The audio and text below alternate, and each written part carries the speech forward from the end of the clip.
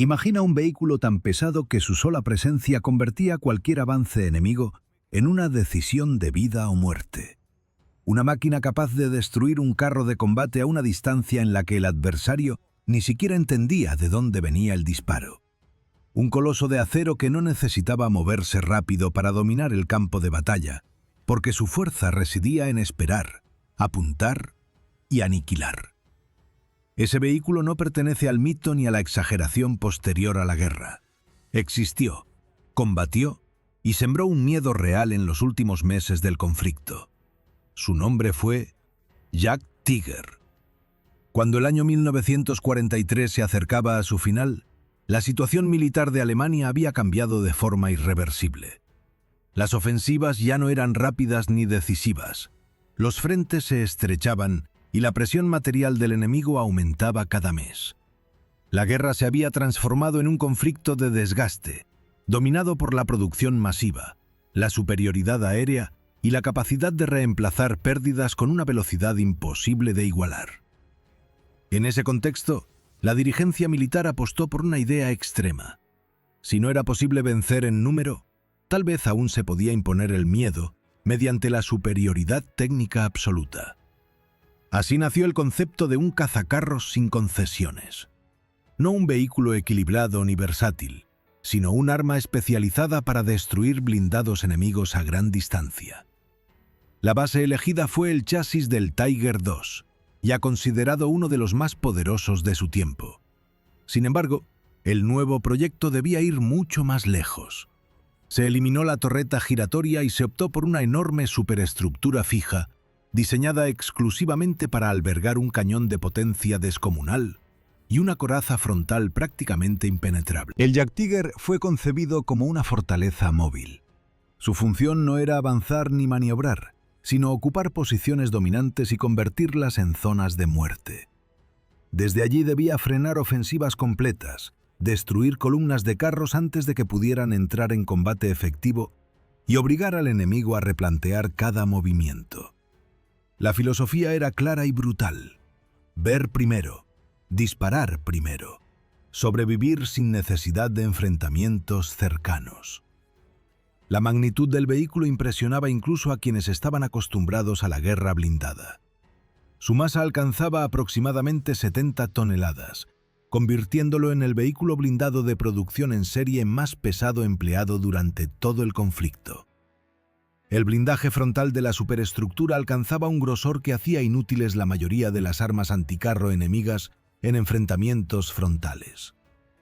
Mientras presentara su parte delantera al adversario, el Jack Tiger era, en términos prácticos, casi invulnerable. Pero el verdadero origen del terror residía en su cañón. Derivado de una pieza antiaérea pesada, adaptado para el combate terrestre, este arma podía perforar cualquier carro enemigo conocido a distancias extremas. Para las tripulaciones contrarias, la experiencia era desconcertante. Vehículos destruidos sin aviso previo, impactos devastadores desde posiciones invisibles, imposibilidad de responder con eficacia. El Jack Tiger transformaba el combate blindado en una ejecución a larga distancia. Los informes de estas primeras apariciones comenzaron a circular rápidamente. Se hablaba de un monstruo inmóvil pero letal, de un cazador que no perseguía, sino que esperaba. En muchos casos, la simple sospecha de su presencia bastaba para ralentizar un avance o desviar una ruta. Ese efecto psicológico era parte esencial del proyecto. No solo destruir, sino intimidar, obligar al enemigo a actuar con cautela constante. Sin embargo, incluso en esta fase inicial, ya existía una contradicción fundamental. El Jack Tiger estaba diseñado para una guerra defensiva, estructurada y relativamente estática. La realidad del conflicto avanzaba en otra dirección, marcada por movimientos rápidos, rupturas de líneas y ataques desde el aire. Aún así, el proyecto siguió adelante, impulsado por la esperanza de que unas pocas máquinas excepcionales pudieran compensar una situación estratégica cada vez más desfavorable. Cuando los primeros Jack Tiger abandonaron las fábricas, fueron recibidos como la materialización de una última apuesta. Una apuesta por el acero, por la potencia y por la idea de que la ingeniería podía todavía imponer respeto en un campo de batalla que ya no ofrecía margen para errores. Lo que nadie podía prever en ese momento era cuán breve sería su vida operativa y cuántas pruebas implacables les aguardaban antes de desaparecer del escenario de la guerra. La verdadera naturaleza del Jak Tiger se revelaba por completo Tolko Tagda, Kardamashina Akasibalas Vnutri, Satolstimi Plita Mistali, Seredishuma Mechanismov i Saka Masla. Llevó konstrukcja belane prosto ekstremalnej, a nabela predelno adnostaronniej. Każde techniczne решение подчинялось одной цели – уничтожению вражеских бронемашин на максимально возможной дистанции, y ради этого жертвовалось буквально все остальное. El enorme cañón dominaba el interior del vehículo. Su tamaño y peso imponían restricciones severas a la disposición del espacio de combate. La munición, demasiado voluminosa para un cartucho unitario, obligó a utilizar carga separada, lo que incrementó la complejidad del proceso de disparo. 2 cargadores eran necesarios para operar el arma, coordinando cada movimiento con precisión absoluta. Incluso con una tripulación entrenada, la cadencia de fuego era baja, lo que convertía cada disparo en un acto deliberado, casi ceremonial. Este ritmo impuesto definía la táctica del Jak Tiger. No estaba pensado para intercambiar disparos rápidos ni para reaccionar ante múltiples amenazas simultáneas. Cada blanco debía ser seleccionado con cuidado, cada tiro debía contar. La recompensa por esa lentitud era una potencia devastadora, capaz de destruir cualquier carro enemigo conocido con un solo impacto bien colocado. El sistema de puntería permitía aprovechar esa potencia a grandes distancias. Las ópticas ofrecían una precisión sobresaliente para el combate de largo alcance, pero el arma tenía un sector de giro horizontal limitado.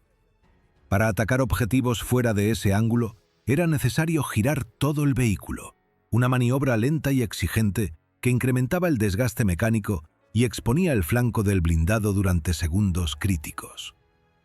La posición del conductor, situada en la parte frontal del casco junto a la transmisión, era una de las más exigentes. El calor, el ruido constante y las vibraciones convertían cada desplazamiento en una prueba de resistencia. Manejar una masa de este tamaño requería anticipación permanente.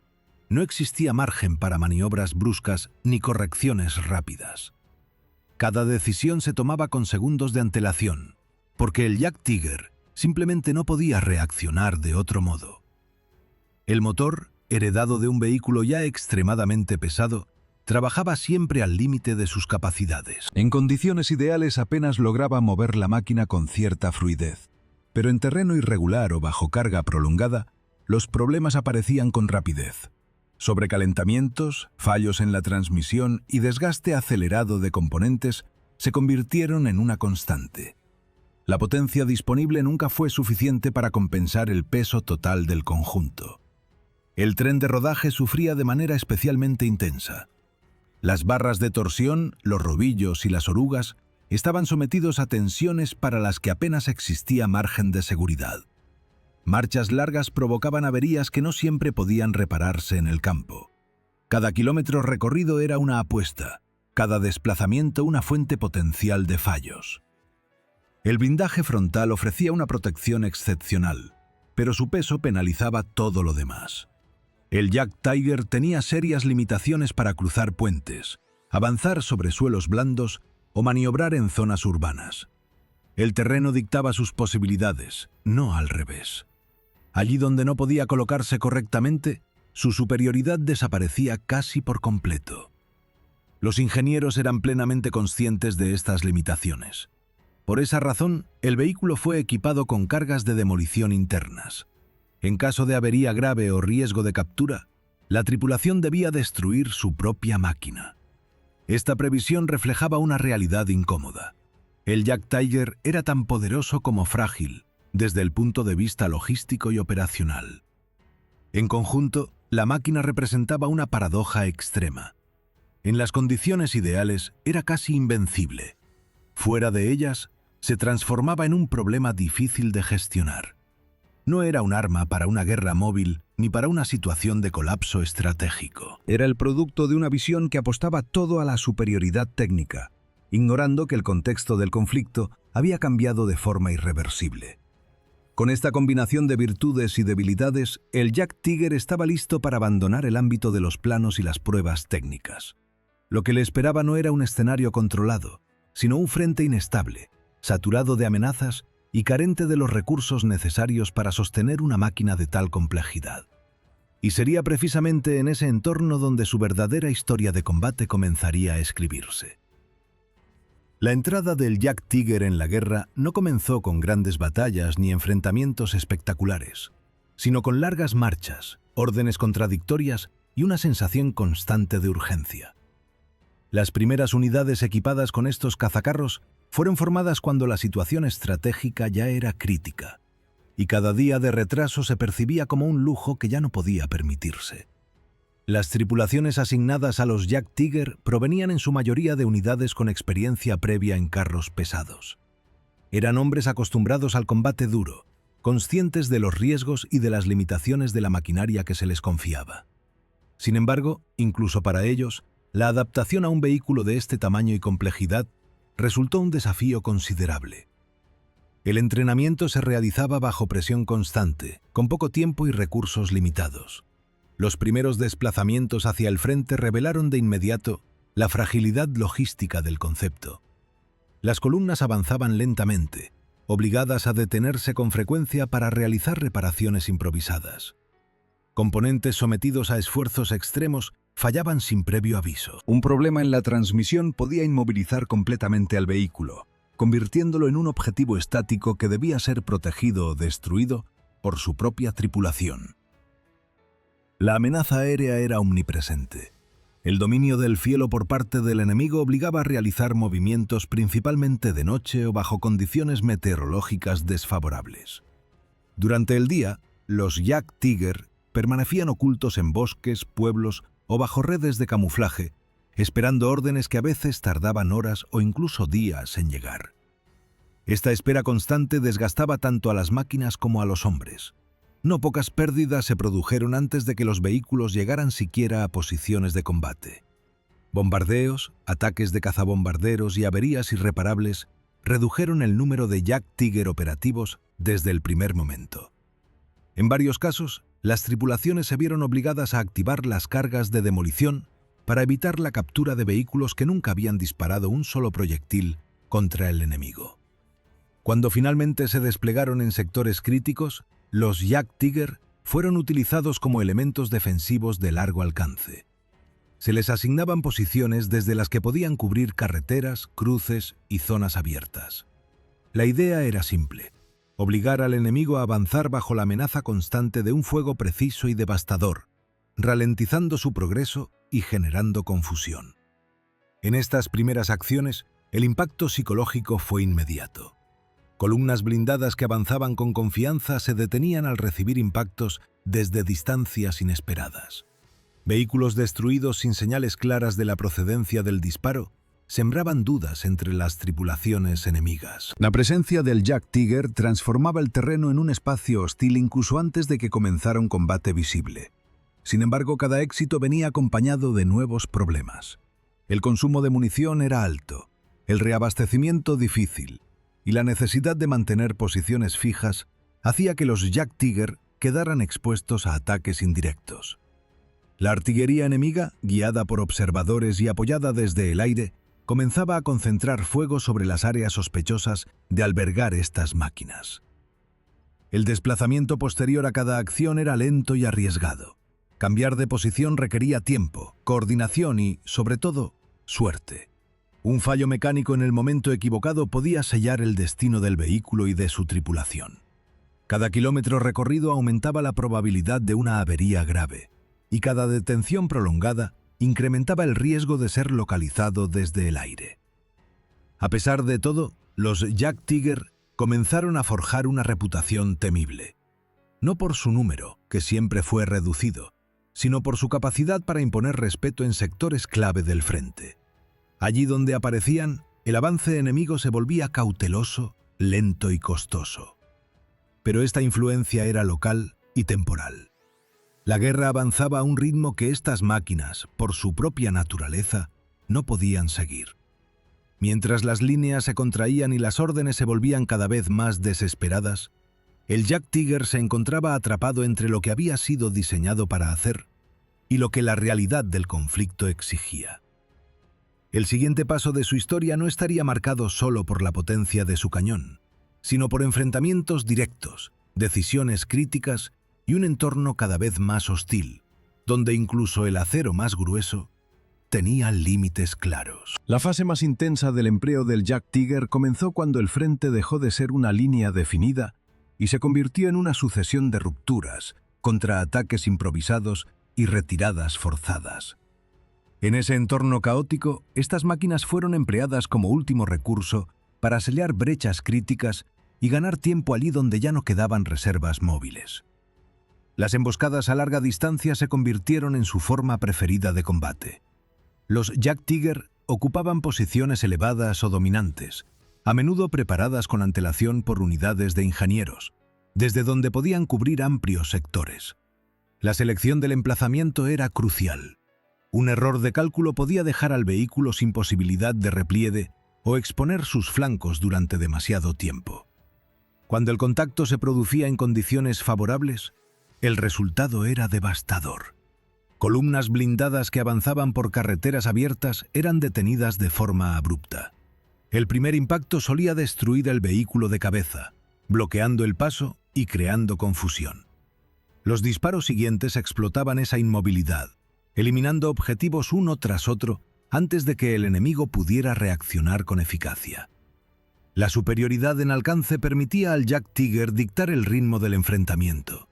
En muchos casos, los carros adversarios se veían obligados a maniobrar bajo fuego, intentando reducir la distancia sin saber con certeza dónde se encontraba el cazador.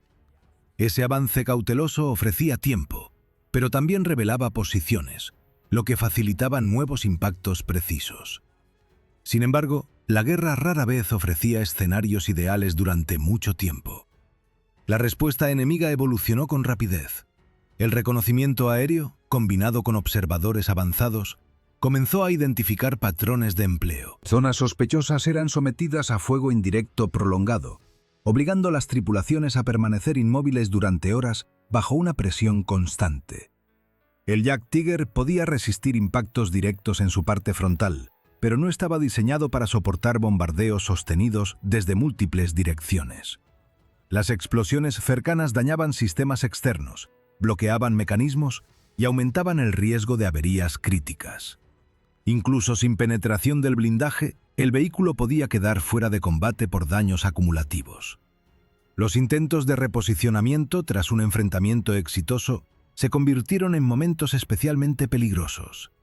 Girar la masa del vehículo, abandonar una posición preparada y avanzar por terreno desconocido exponía sus puntos débiles.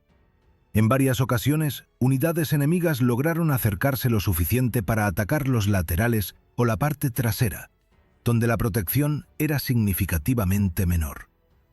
Estos enfrentamientos revelaron una verdad incómoda. El Jack Tiger no podía operar de forma aislada durante periodos prolongados. Necesitaba infantería de apoyo, protección antiaérea y coordinación constante. Sin esos elementos, incluso su formidable potencia de fuego perdía efectividad frente a un enemigo flexible y bien coordinado. A medida que la presión aumentaba, las tripulaciones se enfrentaban a decisiones cada vez más difíciles. Continuar disparando desde una posición comprometida o intentar una retirada arriesgada. Permanecer ocultos y conservar la máquina o intervenir para frenar un avance inmediato. Cada elección implicaba riesgos extremos y consecuencias irreversibles. Las pérdidas comenzaron a acumularse. Algunos Jack Tiger fueron destruidos tras quedar inmovilizados por fallos mecánicos bajo fuego enemigo. Otros fueron abandonados cuando la falta de combustible o munición hacía imposible continuar el combate. En esos casos, las cargas internas cumplían su función final, negando al adversario la captura de un vehículo intacto. Pese a todo, hubo sectores donde su presencia logró retrasar avances clave durante horas e incluso días. Ese tiempo ganado, aunque insuficiente para cambiar el curso general del conflicto, fue vital para la retirada de otras unidades y la reorganización de defensas improvisadas. En esos momentos, el Jack Tiger cumplió exactamente el papel para el que había sido concebido. Pero cada día que pasaba reducía las opciones disponibles. El frente se estrechaba, los recursos disminuían y el espacio para maniobrar se evaporaba. El siguiente capítulo de esta historia no estaría definido solo por combates tácticos, sino por el colapso progresivo de las estructuras que habían permitido, siquiera brevemente, el empleo de estas máquinas extremas. En la fase final de su empleo, el Jack Tiger dejó de ser un instrumento pensado para frenar ofensivas y pasó a convertirse en un recurso desesperado para sostener líneas que ya no existían. Las órdenes llegaban fragmentadas, los mapas quedaban obsoletos en cuestión de horas, y las tripulaciones se veían obligadas a operar en un entorno donde la retirada organizada era tan peligrosa como el combate frontal. Los combates se desplazaron hacia áreas cada vez más estrechas. Ríos, puentes y accesos urbanos adquirieron un valor estratégico inmediato. Allí, el Jack Tiger era emplazado como pieza de bloqueo, con la misión de impedir cruces o retrasar avances a cualquier precio. La preparación de posiciones era mínima. El tiempo ya no permitía fortificaciones elaboradas ni rutas seguras de repliegue. En estos escenarios, el peso del vehículo se transformó en una carga crítica. Caminos secundarios colapsaban bajo las orugas, puentes resultaban intransitables y el suelo saturado por lluvias o explosiones absorbía lentamente la masa del blindado. En más de una ocasión, la imposibilidad de avanzar o retroceder selló el destino de una máquina sin que el enemigo tuviera que disparar un solo proyectil directo. La coordinación con otras unidades se volvió irregular. La infantería disponible era escasa y se encontraba agotada. La protección antiaérea casi inexistente. Cualquier movimiento diurno atraía la atención desde el aire, obligando a detenerse bajo camuflaje improvisado y esperar a que la noche ofreciera una oportunidad de desplazamiento. Incluso entonces, la visibilidad reducida incrementaba el riesgo de accidentes y averías. Los enfrentamientos directos continuaron ocurriendo, pero con un carácter distinto. Ya no se trataba de detener grandes columnas, sino de repeler ataques locales, destruir vehículos aislados o cubrir retiradas precipitadas. En estas acciones, el cañón del Jack Tiger seguía siendo letal, pero su impacto estratégico se diluía en un frente que se desmoronaba por completo.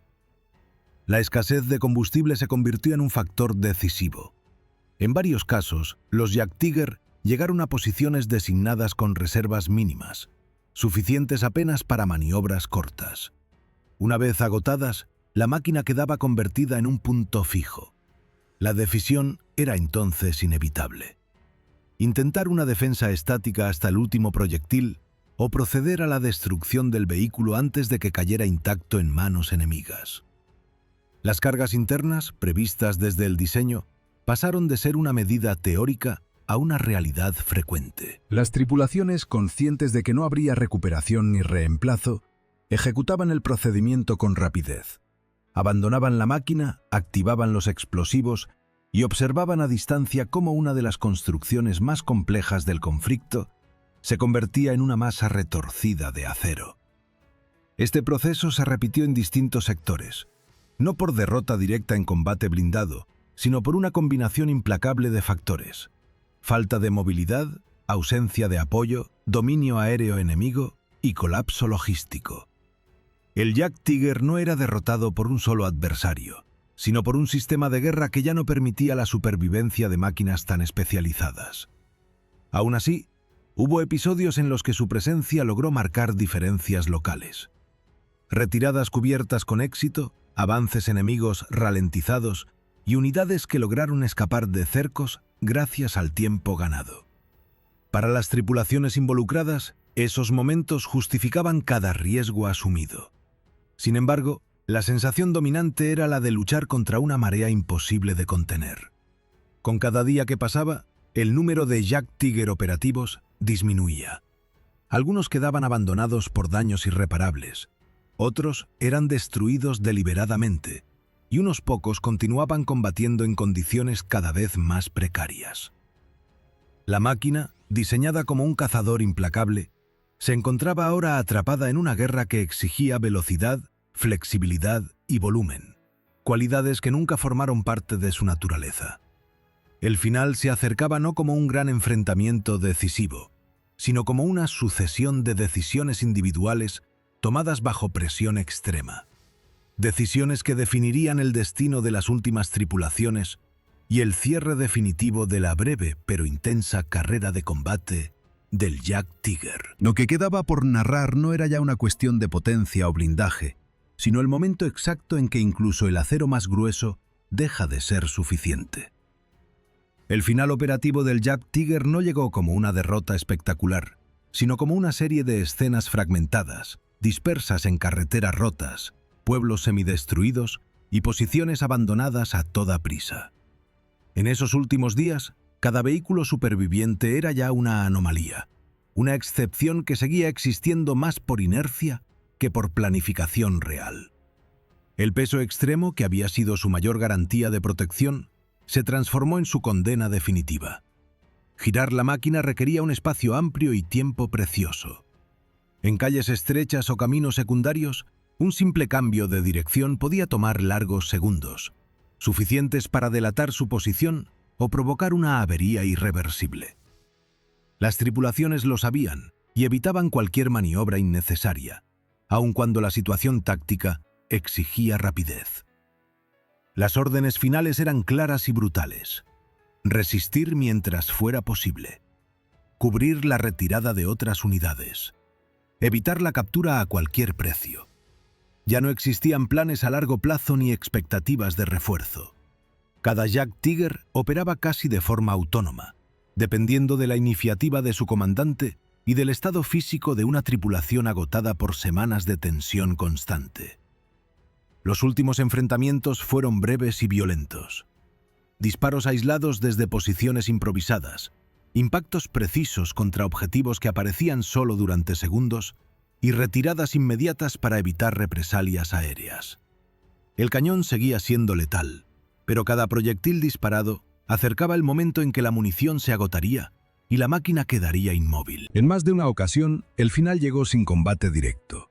Un fallo en la transmisión, una oruga dañada por fragmentos de artillería, un motor incapaz de arrancar tras una parada forzada. Entonces, la decisión era inevitable. La tripulación evacuaba el vehículo, colocaba las cargas y se alejaba. La explosión marcaba el cierre definitivo de un proyecto que había exigido recursos enormes y expectativas desmedidas. Hubo casos en los que el Jack Tiger fue abandonado intacto, simplemente porque ya no quedaba tiempo. En esos momentos, la prioridad era sobrevivir, no preservar una máquina que había dejado de influir en el curso de los acontecimientos. El coloso de acero quedaba atrás, silencioso, como un vestigio de una apuesta perdida. Así terminó la breve carrera de combate del Jack Tiger, no derrotado por un rival específico, sino superado por una realidad estratégica que ya no tenía espacio para armas tan especializadas. Su potencia y su blindaje no pudieron compensar la falta de movilidad, el colapso logístico y la presión constante desde el aire. El Jack Tiger demostró que la superioridad técnica absoluta, aislada del contexto, no garantiza la victoria. Fue un arma temida, respetada y recordada, pero también un recordatorio implacable de que la guerra moderna no perdona los extremos. Cuando desapareció del campo de batalla, no dejó tras de sí un legado victorioso, sino una lección dura escrita en acero, fuego y decisiones tomadas demasiado tarde. Si esta historia te ha resultado interesante, apoya el canal con un like. Escribe en los comentarios qué otra máquina legendaria te gustaría conocer y suscríbete para no perderte los próximos relatos sobre las armas más extremas de la historia.